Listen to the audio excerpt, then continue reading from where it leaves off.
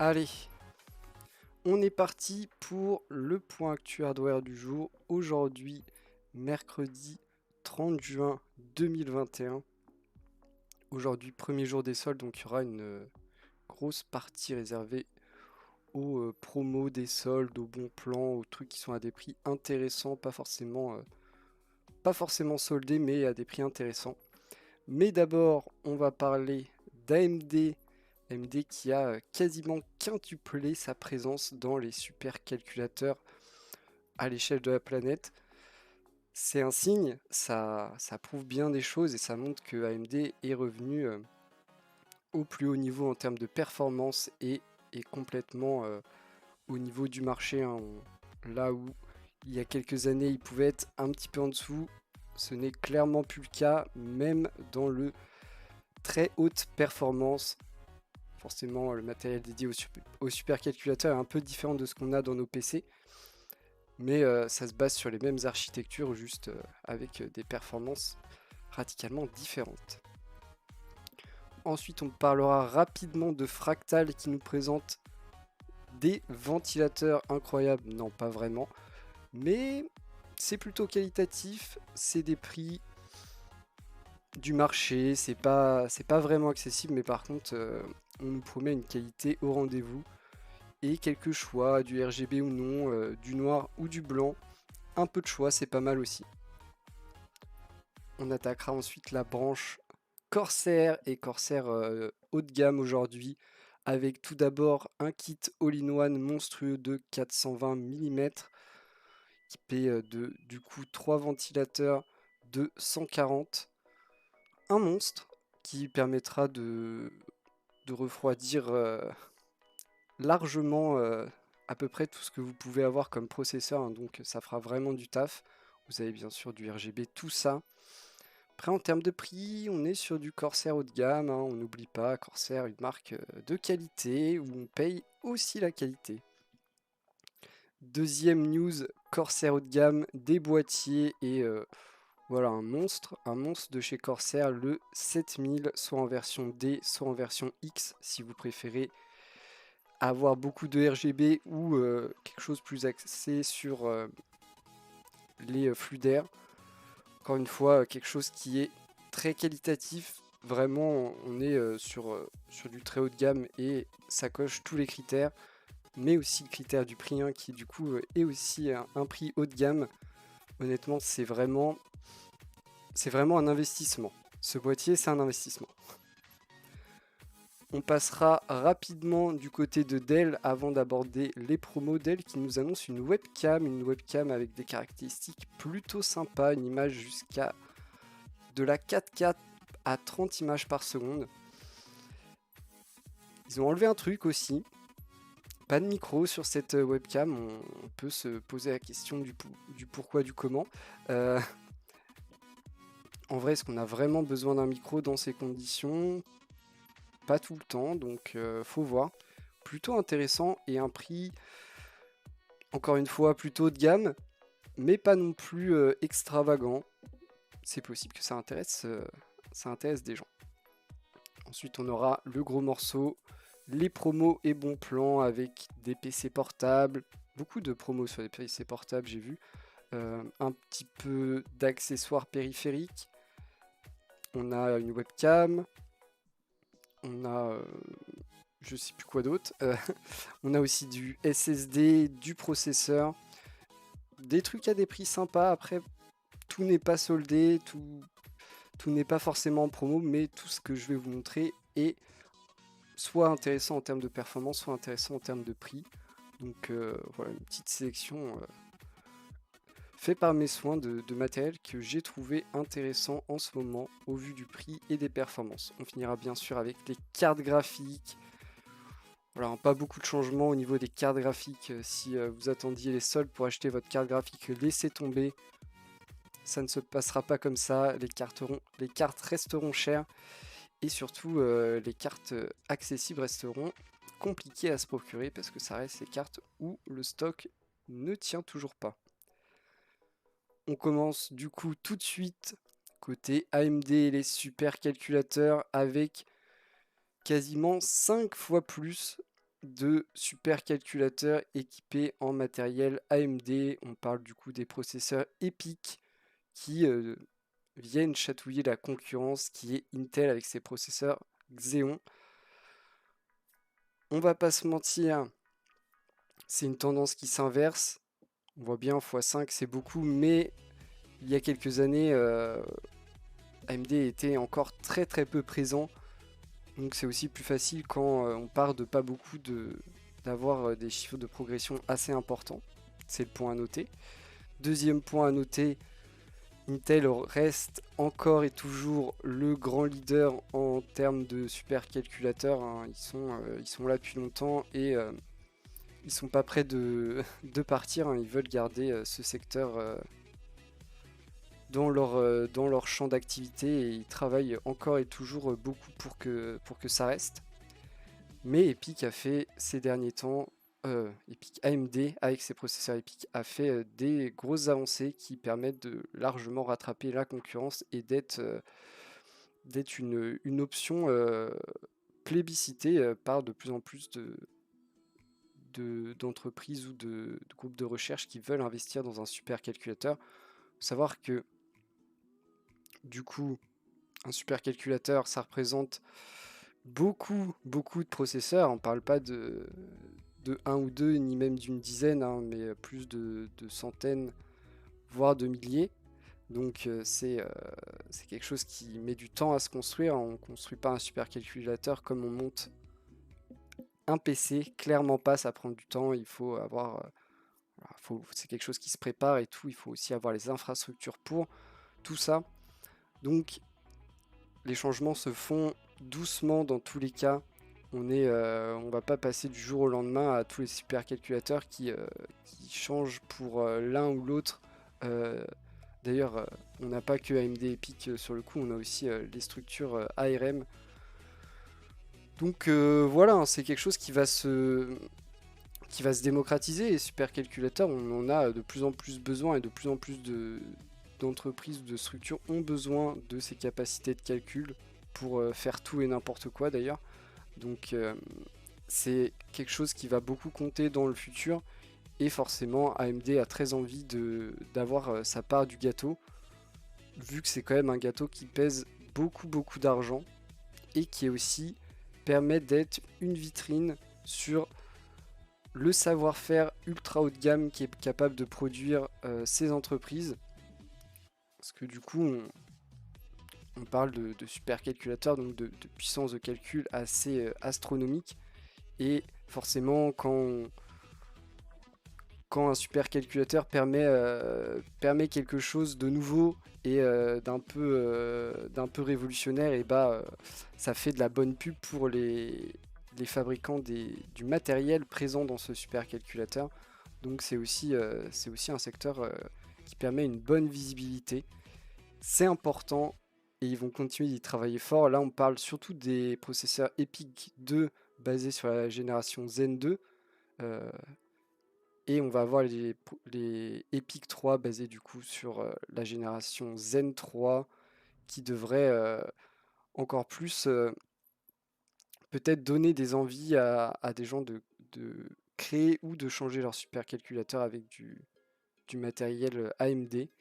En tout cas, AMD va très bien, que ça soit sur le marché des processeurs, mais aussi le marché de la carte graphique. Ils se portent plutôt très bien. En plus de ça, ils ont la chance d'équiper toutes les consoles next-gen, que ça soit Xbox Series ou PlayStation 5. Donc, des beaux jours à venir pour AMD. Si vous voulez acheter des actions, allez-y, ça devrait bien se passer. On continue avec Fractal qui nous présente des ventilateurs. Attention, incroyable, ces ventilateurs Fractal qui s'appellent des Aspect, on va dire. Clairement, au niveau visuel, rien de révolutionnaire. Ça ressemble à un ventilateur. On n'est pas allé sur un design très atypique, on est très classique. Le point intéressant, c'est qu'on a plusieurs versions, déjà 12 et 14, donc 120 mm et 140 mm, ça heureusement. On a aussi une version noire comme ici et une version blanche comme ici. Seul petit point noir là-dessus, c'est que la version blanche est disponible que sur les versions qui n'ont pas une vitesse de rotation variable. Ça, c'est un peu dommage. Et à noter que du coup, deux versions à chaque fois, version avec vitesse de rotation fixe et version avec vitesse de rotation variable avec une grande plage de vitesse de rotation, de 500 à 2000 rotations par minute, ce qui est beaucoup. À 2000, ça va vite, ça fait du bruit, effectivement, ça brasse beaucoup d'air, mais ça fait aussi du bruit. Des prix qui sont dans la norme du marché, on est effectivement plutôt sur du ventilateur haut de gamme, mais on nous annonce aussi des durées de vie et de la qualité au rendez-vous, donc rien de choquant. A noter que pour 2 € de plus sur les versions à vitesse de rotation variable, donc PWM, vous pouvez avoir du RGB uniquement du coup en version noire, vu que les PWM sont disponibles qu'en noir. Ça c'est juste le petit, voilà, le petit truc que je trouve un peu dommage, qu'on n'ait pas le choix en blanc aussi sur les versions PWM.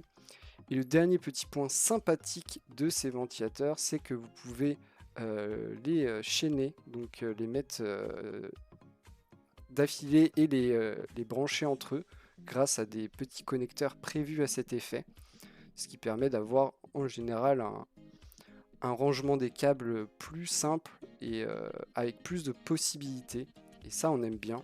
Fractal, une très très bonne marque, très qualitative, pas vraiment dans l'idée de faire du matériel ultra accessible, mais surtout faire du matériel qualitatif au possible et vraiment ne pas se moquer de ses clients. Ça coûtera peut-être cher, mais on veut que ça soit impeccable et en général ça l'est. Donc si ça vous intéresse, c'est une très bonne marque et probablement des très bons ventilateurs. On passe dans le premium chez Corsair et tout d'abord ce Corsair IQ H170i Elite Capelix, un kit all-in-one avec un radiateur de 420 mm, ce qui est juste énorme. On a bien sûr plein de RGB à l'infini et toujours plus, que ce soit sur les ventilateurs ou sur la partie qui va se placer sur votre processeur. Donc voilà, en vrai, est-ce qu'on a vraiment besoin de décrire ce monstre? On est sur une version énorme d'un kit de water cooling all-in-one. Vous n'avez plus qu'à l'installer et ça refroidira avec perfection votre processeur.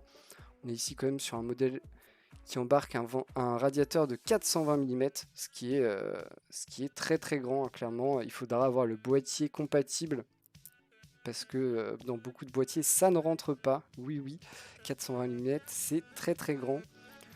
Et du coup sur ce radiateur vous avez 3 ventilateurs de 140 mm, des ventilateurs de chez Corsair, n'est-ce pas?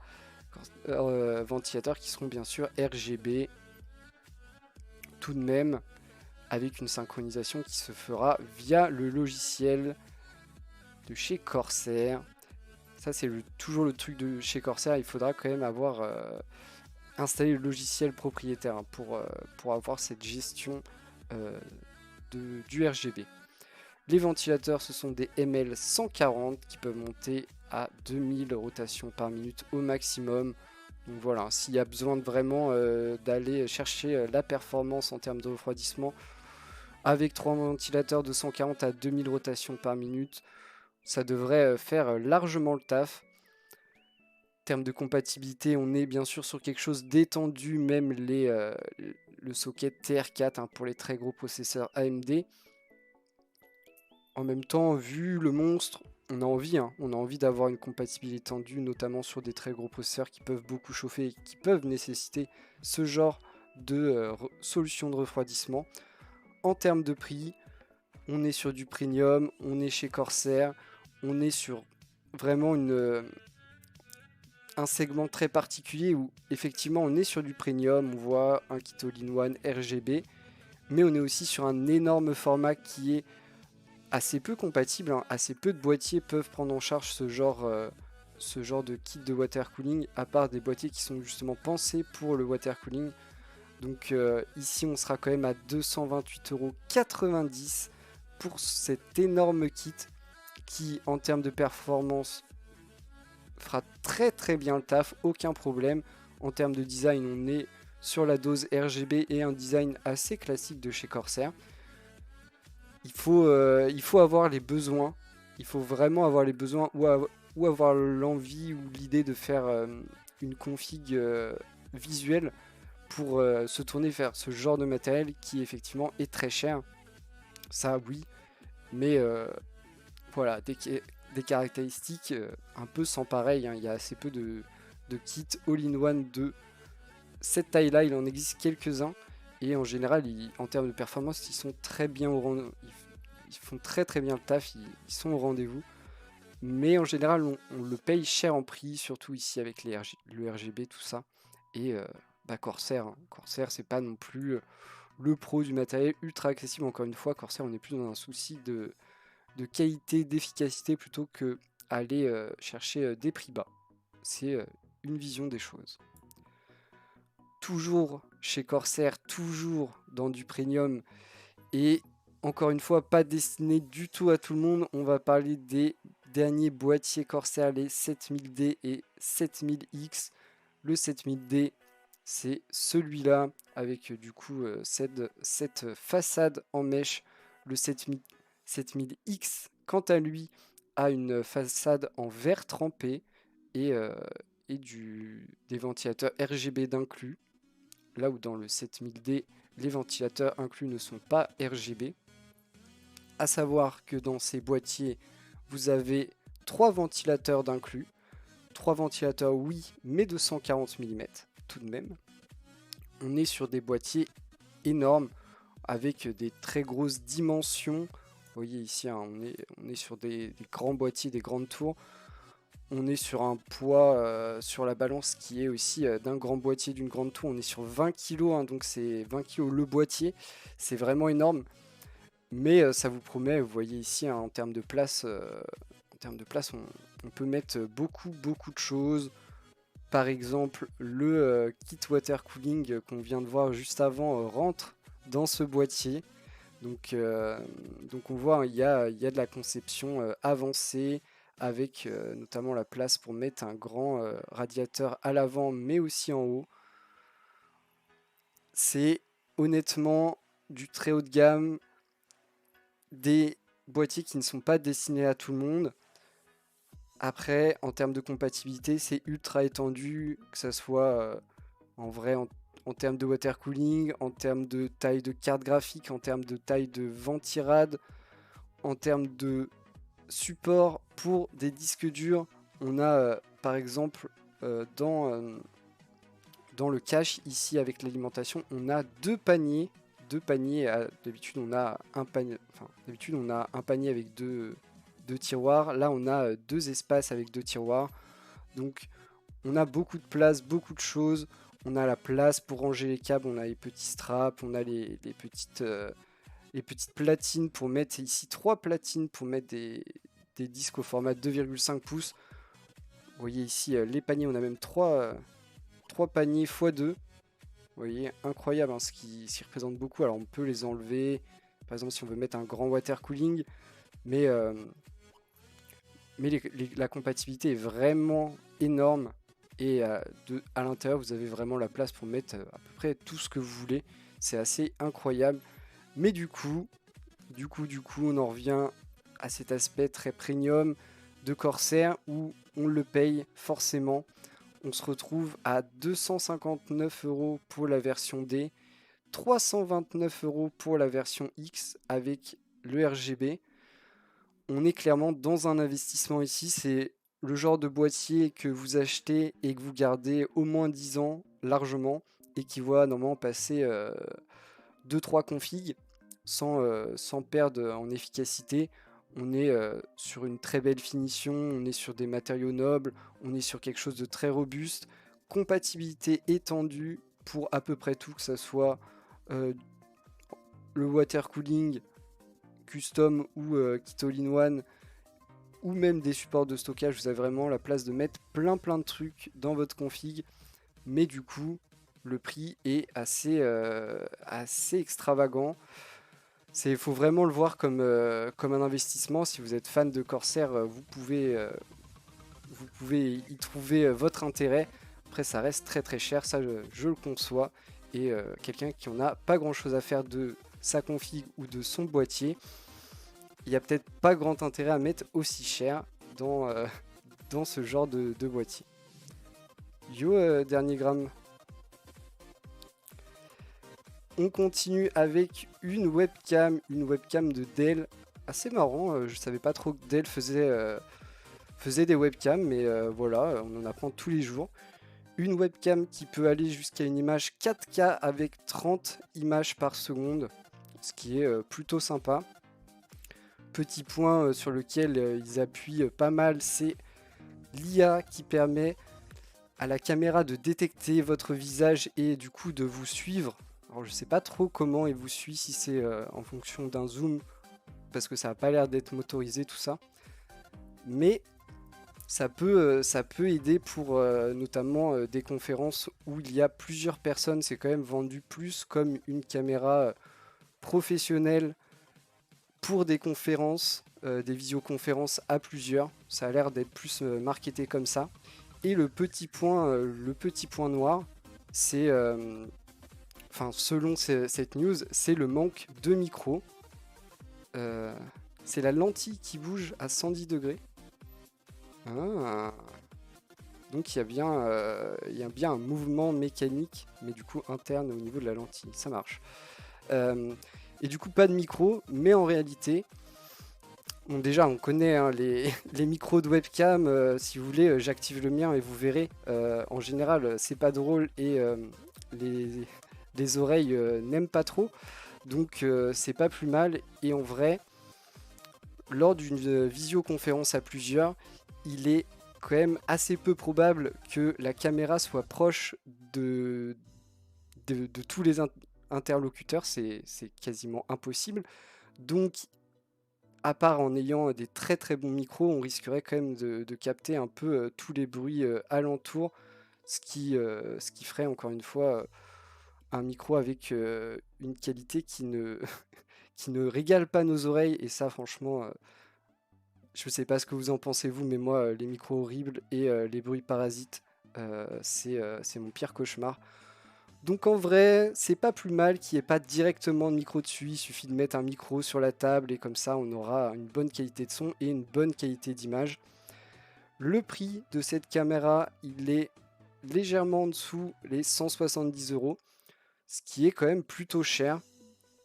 En plus, si on informe qu'il n'y a pas de micro, mais plus pour les professionnels, il faut voir cette histoire d'IA qui suit les visages. Après, à voir comment ça marche. Du coup, s'il y a plusieurs personnes, est-ce qu'elle arrive à gérer plusieurs visages en même temps et faire en sorte que plusieurs visages ne sortent pas du cadre. Ça, c'est petit truc à tester. Mais plutôt intéressant, et j'avoue que je savais pas trop que Dell faisait de la webcam. Et ça a l'air plutôt bien qualitatif. Donc ça fait plaisir. On va passer ensuite au bon plan, aux promos, aux soldes. Appelez ça comme vous voulez, même s'il y a des trucs qui sont pas vraiment soldés et juste à des prix que moi je trouve intéressants. On commence par une webcam, la même que la mienne, qui est du coup actuellement à un prix intéressant. Surtout, elle a déjà été moins chère, oui. Mais ces derniers temps, un peu moins maintenant, mais un peu plus avant, on a eu quand même beaucoup recours au télétravail. Donc beaucoup de gens se sont équipés en matériel de télétravail, notamment webcam. Et il y a eu un gros moment de rupture de stock et de prix abusés sur les webcams en tout genre. Donc ici, elle se retrouve à 70 €. On est sur du très classique webcam Logitech, la C920 refresh qui vous permet d'avoir une image Full HD. On peut faire mieux, Il existe mieux, même chez Logitech, clairement. Après, 70 euros, c'est un prix très correct et ça fait très bien le taf. Sauf si vous êtes bien sûr un expert de l'image, là, vous allez trouver ça dégueulasse, forcément. Mais en vrai, c'est très correct pour un prix, là, encore correct. On peut toujours trouver mieux, on peut toujours trouver moins cher. Valeur sûre, Logitech en termes de webcam, surtout les webcams plutôt à des prix accessibles. On est quand même sur un rendu pas si mal. Regardez ma cam. C'est pas la plus belle, certes, mais c'est qu'une webcam et c'est pas si mal. Ensuite, un petit casque. On retourne chez Corsair avec ici le Void Elite Stereo. Faut noter que ce modèle est du coup en stéréo, filaire avec une prise jack, pas de prise USB, et il se retrouve à 50 euros. C'est quand même plutôt un bon casque hein, de chez Corsair.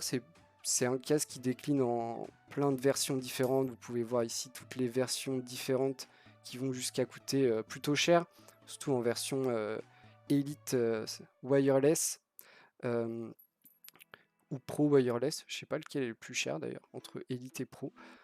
En tout cas, c'est quand même, dans les hauts de gamme des casques Corsair. On sera pas, on va pas se mentir, on sera pas sur l'ultra haut de gamme, on est à seulement 50 euros, mais vous aurez un micro correct, vous aurez un son correct, vos amis en vocal vous remercieront si avant vous n'aviez pas un micro correct, et voilà, on est sur le casque Corsair, Corsair qui fait pas énormément de références de casque. Celui-là, c'est un de leurs produits phares qui est décliné en plein de versions, comme vous pouvez voir ici. Mais elles ne sont pas toutes à 50 euros. Et 50 euros, voilà, c'est pas mal si vous aimez Corsair. Après, encore une fois, vous pourrez trouver moins cher. On peut toujours trouver moins cher et mieux. Mais là, c'est devant vous. C'est chez Amazon et c'est 50 euros. On continue sur des PC portables. Premier PC portable. D'ailleurs, les deux premiers, on est sur des PC portables gaming, mais tout de même avec un souci de finesse et de portabilité, là où sur les plus gros PC portables gaming, on oublie un peu la portabilité, on est sur des poids plus élevés et des épaisseurs plus conséquentes. Ici, on est sur le GF65 Thin de chez MSI, un PC portable 15 pouces équipé d'une RTX 3060 et d'un i5 10e génération, 16 Go de RAM, 512 Go de SSD NVMe, pas de système d'exploitation fourni, donc il faudra acheter un Windows et l'installer par vous-même. Il est à 1000 euros à la place de 1300. Attention, alors on est sur un PC portable gaming, oui, mais comme son nom l'indique, on a une recherche d'une finesse, donc on a des concessions, notamment sur l'épaisseur et donc le refroidissement. Il est gaming, il a un écran Full HD 144 Hz, ça marchera pour tous les jeux, mais attention tout de même, on n'est pas sur les plus performants des PC portables gaming.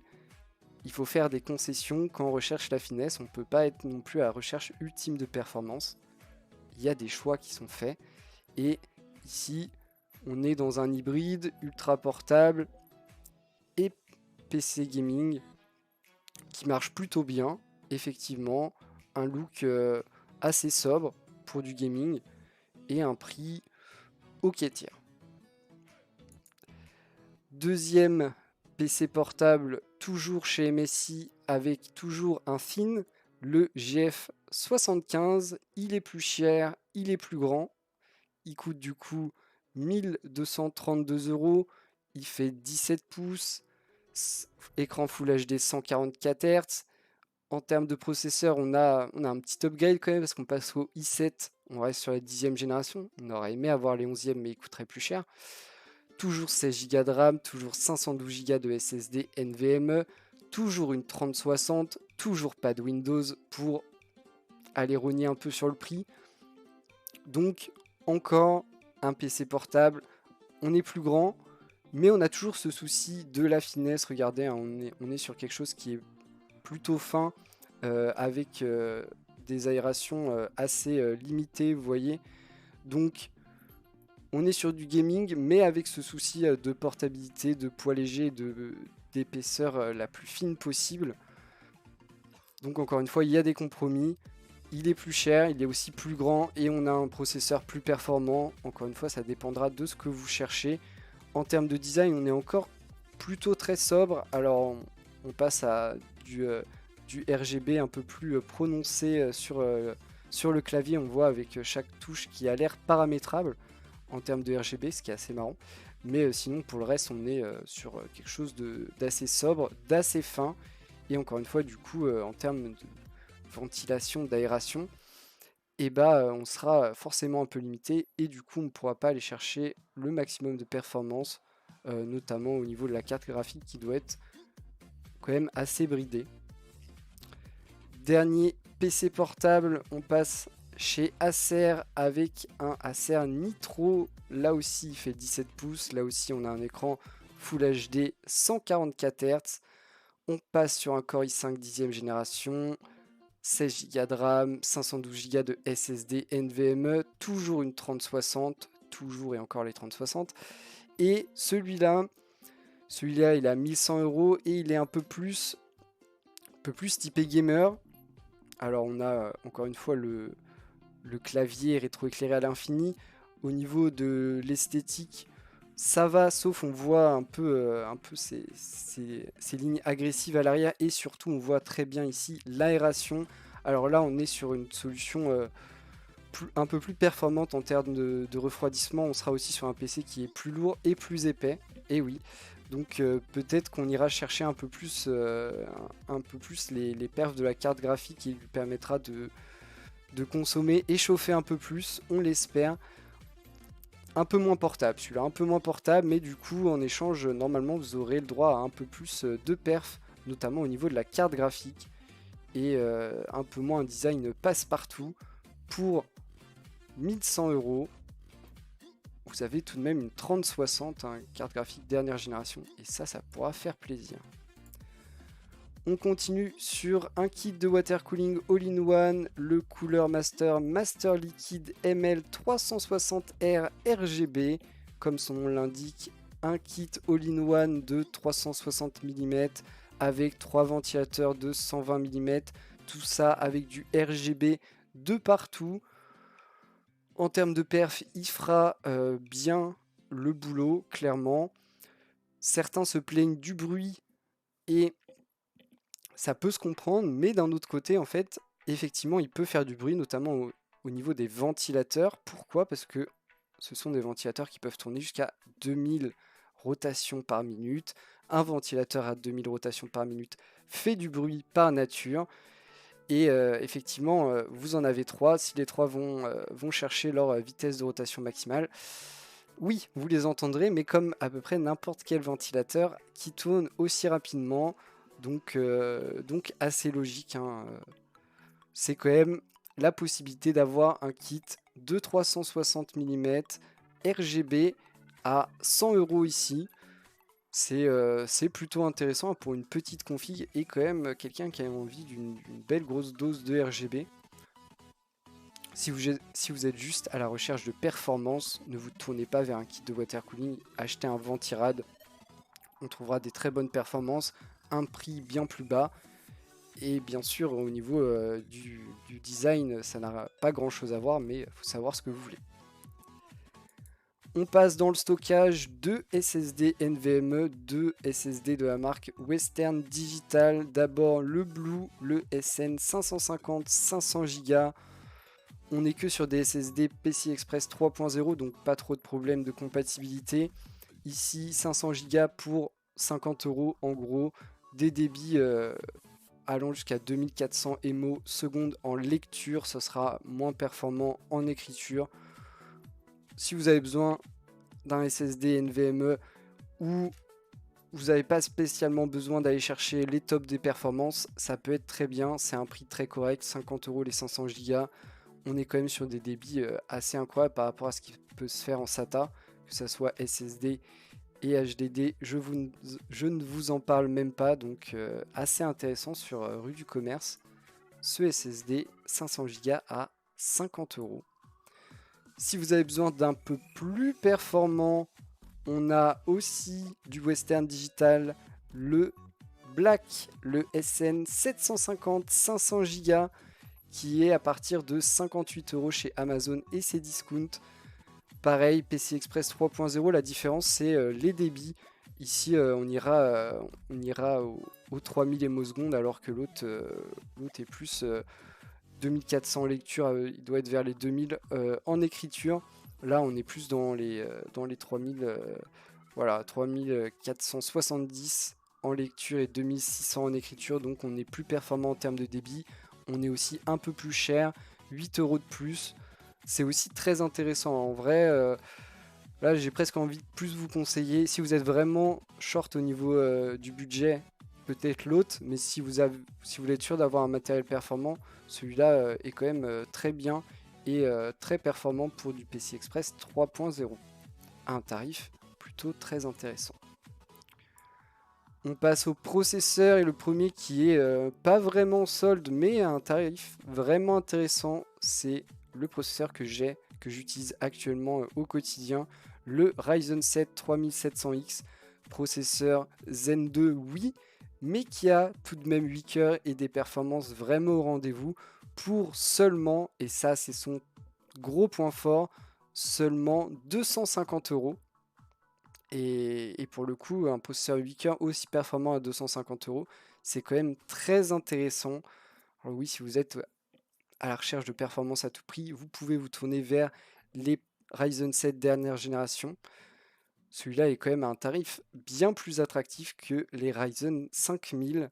Donc voilà, il est même moins cher que le Ryzen 5600X qu'on va voir juste maintenant, qui est lui en promotion actuellement à 293,10 € sur Amazon, prix qui doit être dans les moins chers ever pour ce processeur Ryzen 5 dernière génération. Il a 6 cœurs, il a une fréquence de base à 3,7 GHz, il sera ultra performant, surtout pour du jeu vidéo. Vous vous régalerez à l'infini pour du jeu vidéo, hein, clairement. Il permettra de faire tourner tous vos jeux vidéo avec le maximum de potentiel que peut fournir votre carte graphique. Ça va plus être à ce niveau-là que ça peut bloquer. Donc voilà, on voit il est plus cher que le Ryzen 7 3700X, mais il est plus récent et il est aussi plus performant par cœur, sauf que il a moins de cœur et il est plus cher. 293,10 € pour ce Ryzen 5 5600X. Le dernier, c'est le Ryzen 7 dernière génération, le 5800X, qui se retrouve à 365 €. Pas vraiment, il l'a peut-être été pendant un moment, mais maintenant il est plus cher. On est à partir de 390 € chez ces discounts et un peu plus cher chez les autres. Voilà, hein, si vous êtes vraiment à la recherche de performance, ça peut vraiment être ce qu'il vous faut. Alors non, en fait, il est toujours à 365 € si vous entrez le code moins 25 €, qui du coup vous le fait passer de 390 à 365. Incroyable, les petits codes promo à l'ancienne. Voilà, en termes de performance, plus performant que le 3700X, oui. Plus performant que le 5600X, oui. Vu que celui-là est dernière génération et en plus a 8 cœurs. Donc un vrai monstre. Voilà, c'est vraiment du top performance. Il y a toujours plus, il y a les Ryzen 9 au-dessus, mais c'est encore un autre prix, un autre monde et une autre utilisation. Là, ça suffira pour pratiquement toutes les utilisations, que ça soit du jeu vidéo ou autre. Pour du streaming, c'est assez incroyable hein, d'avoir ce genre de truc, même si c'est déjà presque de l'overkill. Donc voilà, hein, c'est moins cher que d'habitude, il faut en parler. C'est pas non plus des promos incroyables, mais c'est déjà moins cher que d'habitude. Donc si ça vous intéresse, autant le payer moins cher que d'habitude. Petit point, et ça c'est sûr, 100% sûr, les soldes ne changeront pas les prix des cartes graphiques, que ce soit chez AMD ou Nvidia, les soldes n'influeront pas du tout sur les cartes graphiques, c'est déjà assez. Les problèmes chez les cartes graphiques, sur les cartes graphiques, sur les prix, sur les disponibilités, ils vont pas faire des réductions dessus. On est plus à avoir des prix augmentés que des réductions, donc ne rêvez pas si vous attendiez les soldes pour acheter votre carte graphique. Et bah faudra attendre les soldes prochaines, donc les soldes d'hiver, parce que là pour l'instant c'est toujours pas ça. Et d'ailleurs on va le voir tout de suite. Et, euh, et voilà, plus de cartes avant 500 euros. La moins chère, 500 euros pour une 2060 de chez Asus. Toujours compliqué de se dire que c'est la moins chère et qu'on a une seule référence et une 2060. C'est toujours triste. Surtout quand on voit qu'après, la deuxième référence de carte graphique gaming passe à 870 euros pour une 6700 XT. Ça fait mal. C'est la moins chère des 6700 XT. On voit que les 6700 XT en stock sont de nouveau passés à des prix assez élevés, hein. On était sur des cartes qui pouvaient être aux alentours de 800 euros pendant un moment là. Première 870, la deuxième 970 pour la ASRock. Les ASRock qui sont toujours très chers. On a une 3070 Ti à moins de 1000 euros, 980 la PNY. Voilà les 3070 Ti qui sont elles toutes LHR, donc bridées pour miner de l'Ethereum. Ensuite on a la KFA2 qui a tout juste 1000 euros, hein. La ASRock toujours trop chère, cette 6700 XT à plus de 1000 euros, 1050. Ensuite, on a la première et la seule, je crois, 3080 disponible qui est très très chère à 1600, mais c'est la Asus Gundam, un peu une édition spéciale, mais très très chère. Ensuite, les 3080 Ti à partir de 1680 avec la Palette. On a aussi la Zotac à 1700. On en a des toujours plus chers. On a une autre Palette à 1850. On a la première des 6900 XT, la Saphir Nitro Plus, toujours la même à 1770. On a pour 110 euros de plus la Asus, qui sera à peu près pareil en termes de perf, hein, clairement. Et sinon, on a d'autres 6900 XT toujours plus chers, hein, jusqu'à 2000 euros et plus. La plus chère des 6900 XT, ça doit être toujours là. Alors attendez, toujours la même, hein. Toujours celle-là, 2550 pour la Saphir Radeon RX 6900 XT Toxic Extreme Edition, qui est toujours très très chère. Alors, elle sera très performante, aucun problème là-dessus, mais elle coûte 2550 euros. Et bien sûr, on a des 3090 à partir de 222. Celle-là, la moins chère, 2200. Allez, adjugé vendu, la KFA2, 2200 euros, la moins chère des 3090. Et bien sûr, on monte jusqu'à 2600 pour 2600, 2900. Incroyable, j'ai voulu la rendre moins chère. Pas du tout, 2900 pour la Asus Gundam 3090. Donc, toujours le même constat, effectivement. On a beaucoup plus de références que fut un temps. On a des prix qui ont un peu descendu pour certains modèles, pas trop pour d'autres. Et surtout, on a toujours trop peu de cartes dans les gammes entrée de gamme, milieu de gamme. On a quand même très peu de cartes en dessous de 1000 euros. Rendez-vous compte, on a 5 cartes en dessous de 1000 euros, hein. Et encore, celle-là, je la compte en dessous de 1000 euros alors qu'elle est à 999,99. Donc ça fait très mal. Et première carte, la moins chère, à 500 euros pour une 2060. Pas une seule 3060 ou 3060 Ti, ni 3070 en stock. Et ça fait toujours et encore très mal.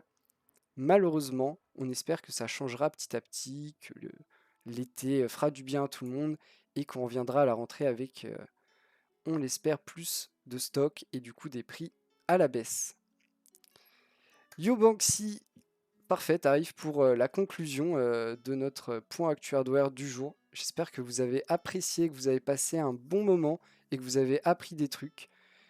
On se retrouvera demain pour la suite. Demain, on sera jeudi et du coup, l'avant-dernier point actu hardware de la semaine et l'avant-dernier avant la pause de l'été. J'ai pris ma décision.